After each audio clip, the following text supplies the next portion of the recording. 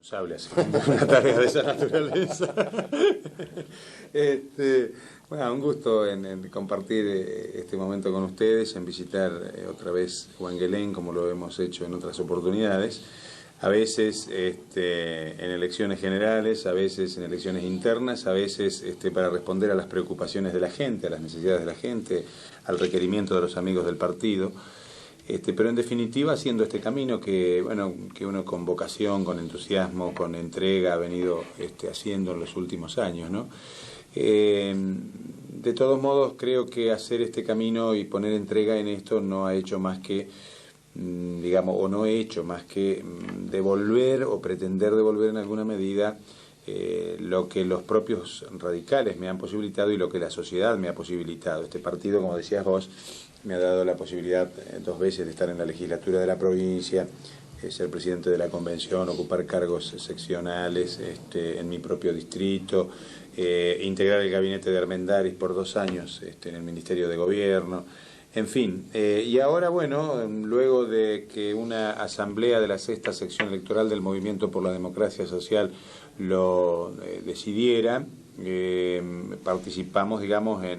entre comillas, en la puja de definir la lista de diputados nacionales de esta alianza política interna que maneja el acuerdo entre los sectores de Raúl Alfonsín y Melchor Posse en la provincia de Buenos Aires. Y debo decir que para mí es una honra haber logrado que en el debate que hace al sector del Modeso obtuviera el 2º lugar, luego de una figura prestigiosa como la del doctor José Gabriel Dumont, ex ministro de la Nación y de la provincia, diputado nacional y provincial. Por supuesto, en la constitución definitiva de la lista que se pone a consideración del afiliado el próximo domingo, estamos más abajo porque, como decía, hay un acuerdo político y programático con el posismo, de modo tal que se intercala un representante de cada uno de los sectores. Y debido a que por primera vez se aplica la ley del cupo de la mujer, que lleva el 30% de integración en la lista, también se intercala a la mujer, de modo que este lugar segundo se transforma en tercero dentro del Modeso y se transforma en 6º al intercalar el acuerdo con el posismo. Pero de todos modos, es un lugar expectante que, si como esperamos al menos la lista 5 es triunfante el domingo en la elección interna de la provincia de Buenos Aires, tiene expectativas muy ciertas de que pueda ser diputado nacional. David, hay 2 palabras que a veces distinguieron a reparticiones y se habla de agua y energía. Pero nosotros vamos a tocar los 2 temas. Agua en lo que se relaciona con el caso Carué, que pareciera que volviera a surgir dentro de la convocatoria de los medios de prensa, una preocupación, y por otra parte ha creado varios conflictos con el gobierno, fundamentalmente dentro de la oposición o de tus correligionarios en Carué. ¿Cómo está esa situación y cuál es la realidad de todo lo que pasa en Carué? La situación de este último tiempo no es ni mejor ni peor que la que las comunidades de Carué, Guaminí y la región afrontan desde hace un buen tiempo a esta parte. Diría que si ha habido modificaciones, desgraciadamente ha sido para peor. Ha habido por parte del gobierno un montón de compromisos. El gobernador estuvo en septiembre y octubre del año pasado en Carué, permaneció durante 3 días. Estuvo en toda la región, comprometió trabajos, obras, comprometió un plan maestro provincial, comprometió la elaboración de proyectos concretos que en el término de 6 meses, que ya se han excedido largamente, iban a definir cuál era el plan de acción definitivo para toda la región, para una solución de fondo. En definitiva, de todo esto, lo único que se ha hecho es levantar los terraplenes de Carué y Guaminí, seguir ingresando aguas al sistema. En el último año y pico han entrado 700 hectómetros cúbicos. De pronto esto a la gente no le dice nada, pero para tener una idea, esto significa que Pecuén creció 1,40 m, que la laguna del Monte Guaminí creció 1,30 m, que Cochicó creció 2,30 m, y que la única laguna que está estable en el último año es la laguna Alsina, porque el canal aliviador es uno de los trabajos que sí efectivamente se efectuaron, aun cuanto hay una limitante muy importante en su funcionamiento, que es la desembocadura, que todavía resta concluir. Entonces ese cuello de botella no le permite funcionar plenamente. Pero el resto de la tarea que hace a los sistemas de bombeo no hay nada, digamos, funcionando. La canalización del Huáscar no hay nada funcionando. La resolución de los problemas del partidor de Piñeiro en el distrito de Coronel Suárez no están resueltos. La problemática que afecta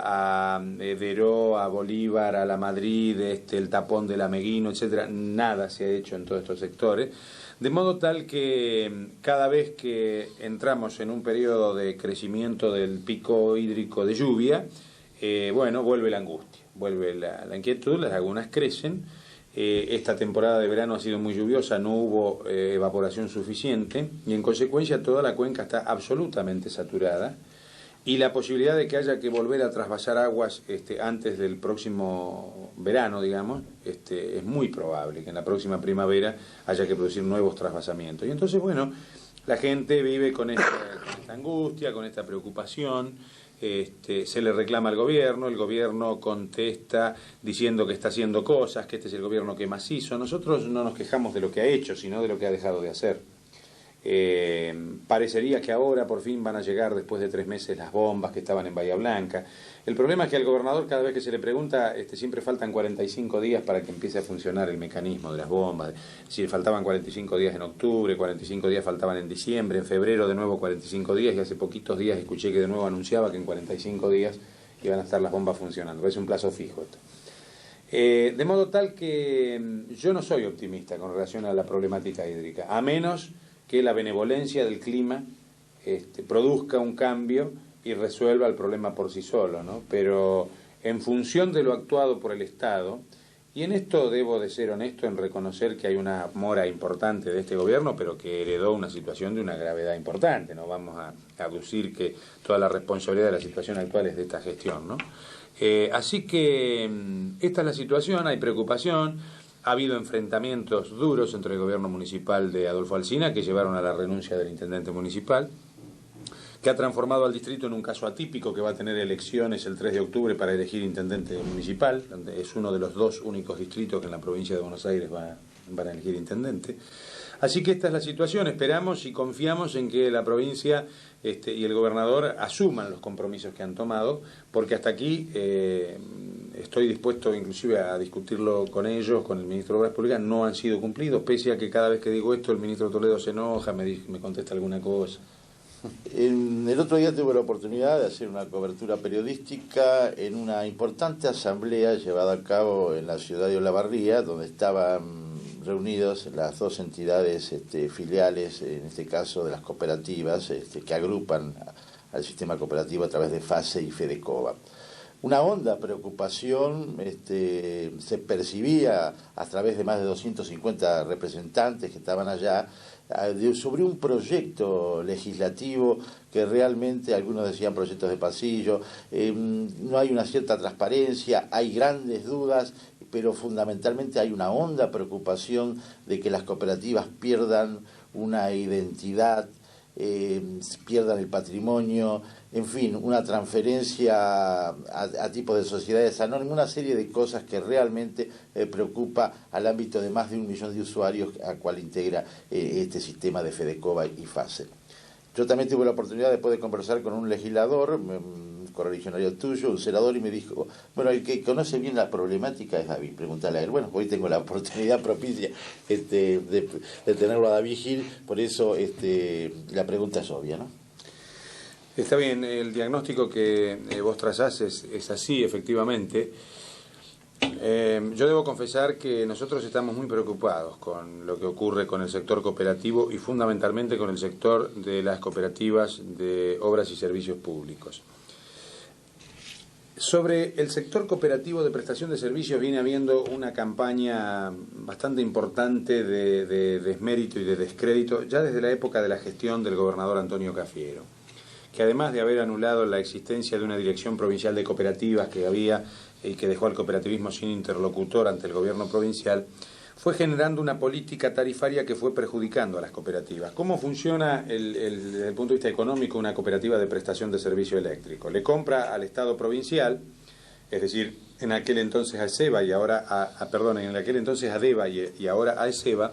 le compra la energía a un precio más bajo que el usuario corriente. esa diferencia de margen de precio es la que le permite a la cooperativa agregar sus gastos de funcionamiento y terminar vendiéndole a sus asociados la energía al mismo precio que la empresa provincial. ¿Qué es lo que se hizo durante la gestión del gobernador Cafiero? Esos 4 años fue una política casi constante. Se fue reduciendo este margen de maniobra. Cada vez que ESEVA le aumentaba a sus clientes un 10%, la tarifa para el sector cooperativo aumentaba el 15%.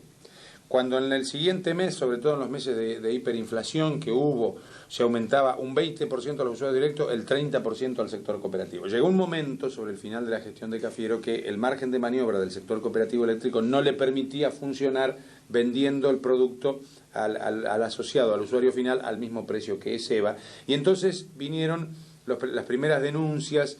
públicas de que el cooperativismo era ineficiente, que encarecía la energía en la provincia de Buenos Aires, pero en realidad el Estado lo fue llevando a esta situación. Y yo dejo siempre a salvo que defiendo en esto una posición de tipo filosófico y de principios del cooperativismo como mecanismo de solidaridad en términos a la prestación de servicios, a resolver los problemas de los hombres cuando se juntan para un objetivo común. No defiendo ineficiencias que sí existen en algunas cooperativas que de pronto por su forma de actuar o por el tipo de mercado que abastecen son ineficientes porque efectivamente no tienen posibilidad de ser mejores. Pero en esto no igualo, sino que lo que creo que hay que defender es una concepción que me parece importante como método para resolver los problemas en lo que hace a servicios y tantas otras cosas. El gobernador Duhalde profundiza esta política contra el sector cooperativo por varias vías. La primera de ellas es virtualmente dejando afuera al sector cooperativo en todas las decisiones que se toman en la privatización del gas, dejando afuera al sector cooperativo en todo lo que se refiere a las modificaciones estructurales que se introducen en la vida de la ESEVA cuando se trata de producir, en algunos casos con buen resultado, una baja en la tarifa final a los usuarios y una quita en de los impuestos que gravan la energía para el sector comercial e industrial, que dicho sea de paso, nosotros habíamos generado la posibilidad de esta quita a través de un proyecto de ley que ingresé con mi firma en el mes de mayo del año pasado y que finalmente Duhalde sacó por decreto en el mes de octubre, haciéndose, digamos, eco de esta decretomanía que tiene el presidente de la Nación y que ahora nuestro gobernador ha instalado en la provincia, ¿no? De modo tal que el sector cooperativo se ha ido viendo postergado, agredido, cada vez enterándose de los problemas de tipo tarifario, virtualmente cuando ya las decisiones de los aumentos estaban tomadas y no siendo nunca motivo de consulta, pese a ser el abastecedor de más del 35% del mercado energético en la provincia de Buenos Aires. Se arriba así a una situación en la que hay una decisión política ya tomada, aunque no haya proyecto con Estado parlamentario, hay una decisión política en la provincia de Buenos Aires de privatizar la prestación del servicio eléctrico. Para ello se ha diseñado, a partir de la ESEVA, cosa absolutamente ilegítima porque ESEVA no tiene por qué diseñar políticas energéticas en la provincia. ESEVA es un prestador que está sujeto al poder de policía de la Dirección de Energía de la provincia, de la DEVA. Pero la DEVA se ha transformado hoy, tal cual como nosotros supusimos y dijimos en el recinto cuando se sancionó la ley de ESEVA, de que íbamos a transformar a DEVA en un órgano insignificante que no iba a cumplir el cometido de fijar las políticas energéticas en la provincia. Efectivamente, hoy eso ocurre. ESEVA tiene tal potencial económico, factura tanto, que toma las decisiones por sí solas. Es decir, su presidente, el señor Flaumann, ha decidido privatizar el servicio energético en la provincia de Buenos Aires. ¿Qué va a hacer para ello o qué es lo que propicia para ello? Dividir la provincia en 8, 10, 12 regiones. Hay distintos proyectos y alternativas, pero se habla entre 8 y 14 regiones. Cada una de ellas va a ser adjudicada a una sociedad anónima. Y las cooperativas van a transformarse en una especie de subprestatarias de esas sociedades anónimas, en tanto y en cuanto el margen de maniobra económico que el precio de venta que esta sociedad anónima le transfiere a la energía le deje margen como para poder subsistir, si no, la cooperativa va a desaparecer. Para que esto ocurra tienen que modificarse leyes estructurales importantes de la provincia. Se tiene que modificar la ley de creación de la ESEVA, la ley de DEVA, que es del primer gobierno peronista. Se tiene que modificar la ley orgánica de las municipalidades porque hay que quitarle a los consejos deliberantes la potestad que hoy tienen de ser concesionarios con, digamos, poder concedente de los servicios públicos. Es decir, le estaríamos restringiendo a las municipalidades eso que estaba manifestando vos se señaló precisamente en la Asamblea. Vale decir, hay que producir cambios importantes. Ninguno de estos cambios importantes tiene estado parlamentario. Nosotros sabemos que el gobierno ha avanzado a nivel de lo que se denomina hoy en la jerga oficial papeles de trabajo, a definir este modelo, que esto preocupa a los sectores cooperativos, que nosotros no pudimos participar de esta asamblea en la que vos hacías referencia en Olavarría, porque ese mismo día se realizaba la asamblea legislativa en la provincia, y que por lo tanto hicimos llegar al cooperativismo nuestra expresión de solidaridad, diciendo que no podíamos acompañarlos, pero que nos íbamos a reunir en los próximos días con ellos para diseñar juntos una estrategia que posibilite acompañar el reclamo del sector cooperativo, que tiene legítimo derecho a sobrevivir en esta instancia. De modo tal que en mi carácter de integrante de las dos comisiones que están vinculadas a este problema, soy secretario de la Comisión de Energía y además integrante de la Comisión de Acción Cooperativa, he participado y voy a seguir, si Dios quiere, participando en este problema. Creo que la semana que viene, el día martes o miércoles, nos reunimos con ambas federaciones. Le hemos pedido, he hablado con los presidentes de las dos instituciones, FASE y FEDECOA, para requerirles que nos hagan llegar el aporte de las posiciones y las conclusiones a las que se arribó en Olavarría, que no conozco, confieso, hasta el día de hoy. De modo que yo puedo adelantar, porque he sido facultado para ello, el apoyo del bloque de legisladores de la Unión Cívica Radical, de diputados y de senadores, a las iniciativas que en este aspecto plantee el sector cooperativo de prestación de servicios. Como última pregunta, David, hace pocos días, lo conversábamos fuera de cámara, recibimos a través de los distintos cables y las imágenes de la Asociación Bonaerense de Televisión una nota en la cual se constataba, o mejor dicho, dabas testimonio a una presentación de querella al gobernador de la provincia de Buenos Aires en virtud de acusaciones tales como calificarlos de delincuentes políticos a varios, incluso vos y todos tus correligionarios. Contanos cómo se determinó ese tipo de querella, por supuesto esa acción legal, y por qué se estableció. En el fondo es por lo que vos acabas de expresar. Nosotros estamos, confieso, un poco cansados de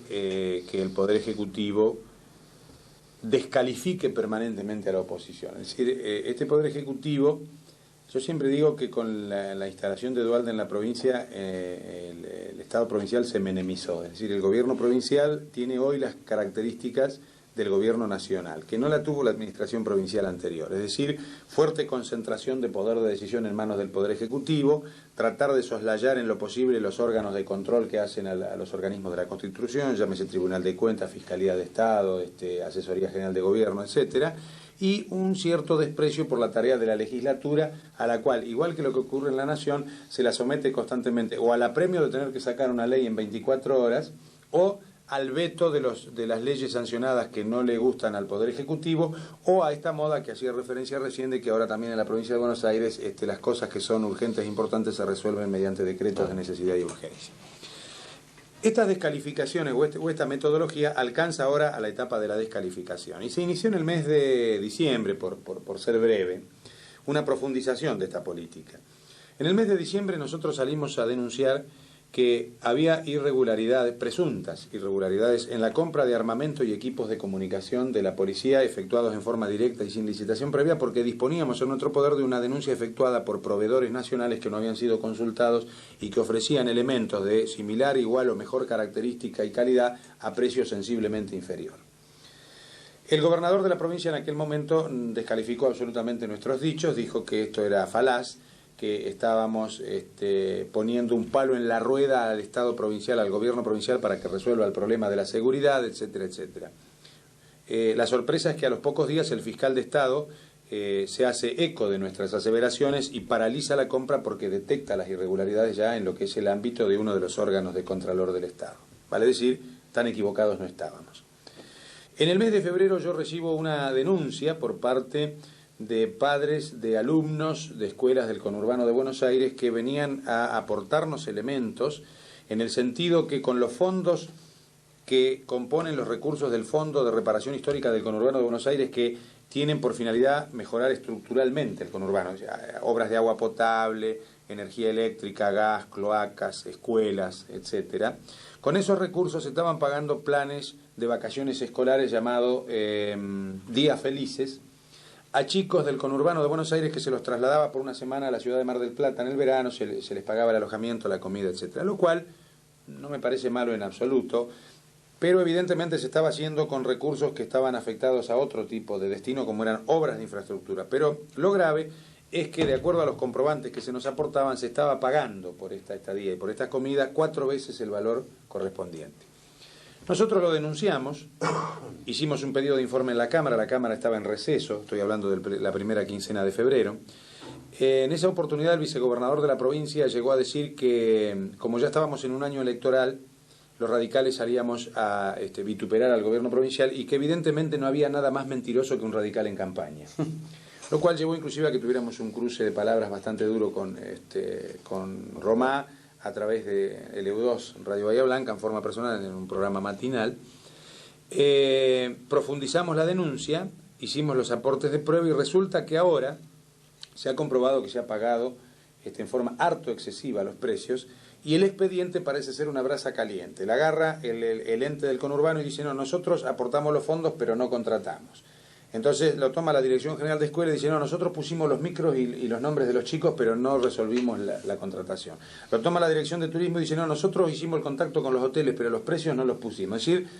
aparte la sociedad es una sociedad media fantasma, ¿no? Así es. Alguna irregularidad hay en la sociedad prestadora. Sí. Vale decir que nuevamente algo de razón teníamos en formular esta denuncia. El último episodio obedece a nuestra denuncia ante la Corte de que el artículo 32 de la Ley de Presupuesto de la provincia, que ha estatizado una deuda de 1.350 millones de dólares contraída por la construcción de la termoeléctrica de Bahía Blanca, que estaba en manos del Banco Provincia, el Estado provincial se ha hecho cargo de esa deuda, y de modo tal que se le ha transferido a la central termoeléctrica su patrimonio, es decir, su activo a la ESEBA, pero sin el pasivo contraído por su construcción, con lo cual todos los bonaerenses hoy debemos esta obra. Nosotros decimos que este endeudamiento, tal cual como la Constitución lo marca, tiene que ser sancionado por los 2/3 de los votos de ambas cámaras, cosa que no ocurrió en absoluto porque mereció este tipo de aprobación en el Senado, pero fue rechazado en diputados. Pese a ello, los presidentes de ambas cámaras firman la ley diciendo es ley y el gobernador la promulga.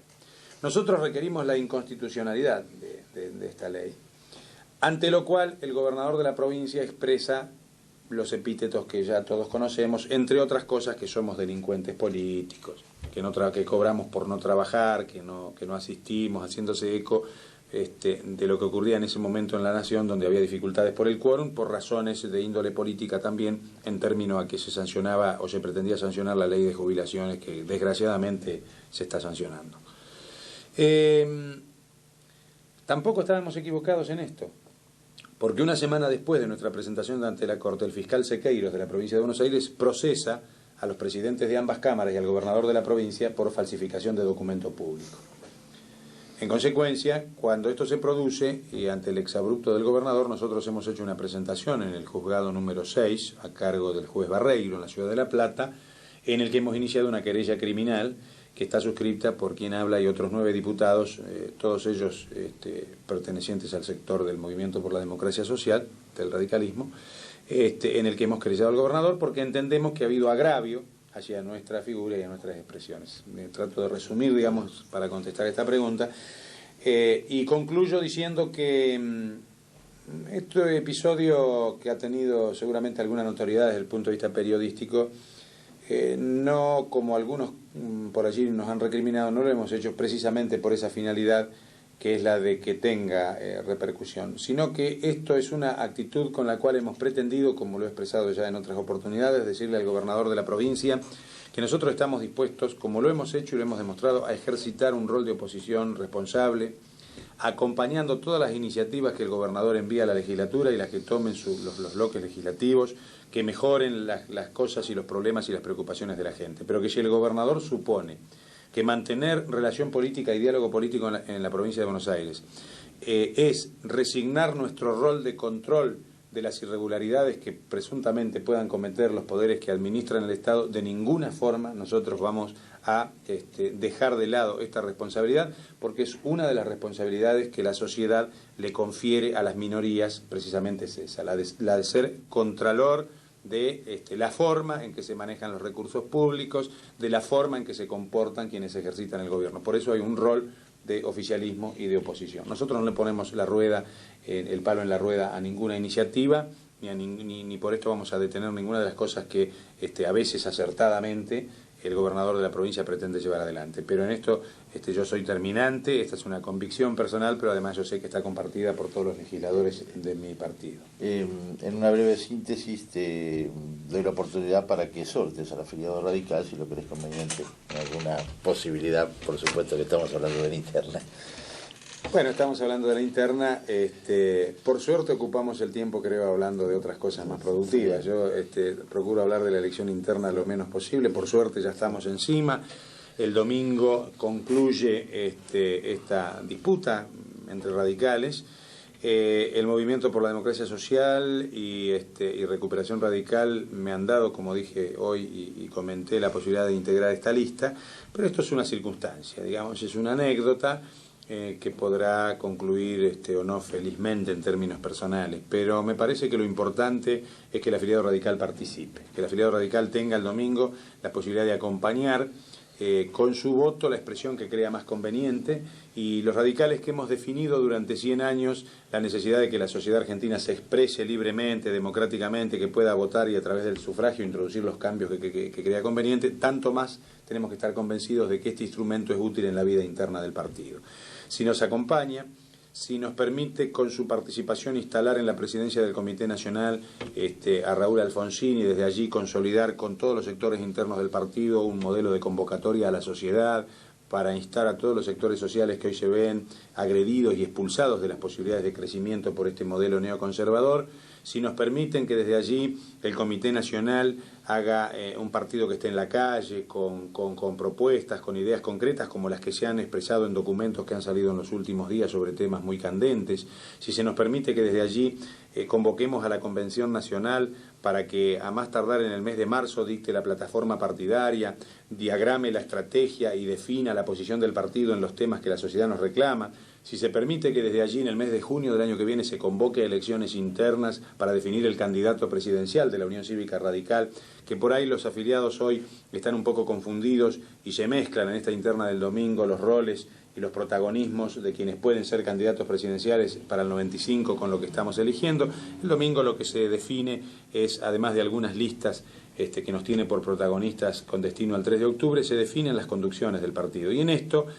digamos, la confrontación es entre Raúl Alfonsín por un lado y Juan Manuel Casela por el otro. Yo invito a que acompañemos a Raúl Alfonsín. David Gil, muchísimas gracias. Por supuesto también al acompañante de David, alguien conocido por nosotros. Se trata del concejal Jorge Ignacio Gini.